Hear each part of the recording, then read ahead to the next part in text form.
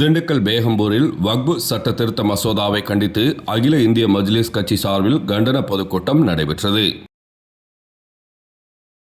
திண்டுக்கல் மாவட்டம் அகில இந்திய மஜ்லிஸ் கட்சி சார்பில் இந்திய ஜனநாயகத்தை பாசிச சங்க பரிவார பாஜகவிடமிருந்து பாதுகாப்போம் என கூறி வக்பு சட்ட திருத்த மசோதாவை திரும்ப பெற வலியுறுத்தி பேகம்பூரில் அகில இந்திய மஜ்லிஸ் கட்சி மாநில செயற்குழு உறுப்பினர் ரியாஜ் அகமது தலைமையில் கண்டன பொதுக்கூட்டம் நடைபெற்றது. இதில் அகில இந்திய மஜ்லிஸ் கட்சி மாநில இணைச் செயலாளர் அகமது மீரான், மாநில தொழிற்சங்க செயலாளர் விக்னேஷ், மாவட்ட தலைவர் கமால் பாட்சா, மாவட்ட பொதுச் செயலாளர் தங்கபாண்டியன் ஆகியோர் கண்டன உரை நிகழ்த்தினர்.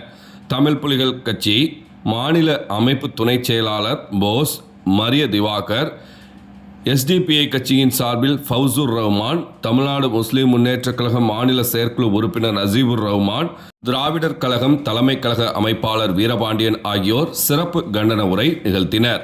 மேலும் காங்கிரஸ் கட்சியினர், மூவேந்தர் புலிப்படை, தமிழர் சமூக நீதி கழகம், கிறிஸ்துவ மக்கள் முன்னணி, புரட்சிகர சோசியலிஸ்ட் கட்சி, ஐக்கிய முஸ்லிம் முன்னேற்றக் கழகம், இந்திய யூனியன் முஸ்லீம் லீக், விடுதலை சிறுத்தைகள் கட்சி, பகுஜன் சமாஜ் கட்சி, இந்திய தேசிய லீக் கட்சி, அகில இந்திய மருதநாயகம் மக்கள் கட்சி, தமிழ் சிறுத்தைகள் கட்சி உள்ளிட்ட கட்சியைச் சேர்ந்த நிர்வாகிகள், பொதுமக்கள் என ஏராளமானோர் கண்டன பொதுக்கூட்டத்தில் கலந்து கொண்டனர்.